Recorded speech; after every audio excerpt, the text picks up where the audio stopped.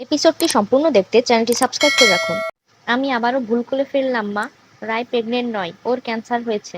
ধারাবাহিকে দেখানো হবে রায়ের সার্জারি সম্পন্ন হবার পর অনির্বাণের ডক্টর বন্ধুর মাধ্যমে সে জানতে পারে রায়ের কোনো ধরনের প্রেগনেন্সি কেস ছিল না, বরং ওর ক্যান্সার হয়েছে। তবুও প্রথমে অনির্বাণ এ কথা বিশ্বাস করতে চায় না।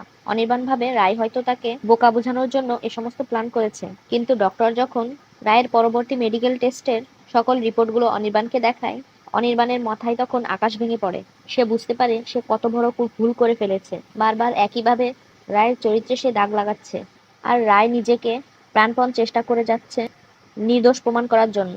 অনির্বাণের আর রায়ের মুখোমুখি হবার সাহস হয় না। বাসায় ফিরে কাঁদতে কাঁদতে মাকে বলে, যেটুকু না আমার মাথা গরম হয়েছে তার থেকে তুমি বেশি আমার মাথা গরম করে তুলেছিলে। সারাক্ষণ রায়ের বিরুদ্ধে উস্কানিমূলক কথা বলতে আমাকে। কিন্তু রায় নির্দোষ মা। ও প্রেগনেন্ট নয়, বরং ওর জটিল ক্যান্সার হয়েছে, সেটারই সার্জারি হচ্ছে আজকে। জানি না এরপর আমি কিভাবে রায়ের সামনে মুখ নিয়ে দাঁড়াবো। ও আমাকে আদৌ ক্ষমা করবে কিনা। আমি এখন কি করবো মা? অনির্বাণ এগুলো বলার অনুতাপ করেন। পরবর্তীতে ফুল এপিসোড দেখতে চ্যানেলটি সাবস্ক্রাইব করুন।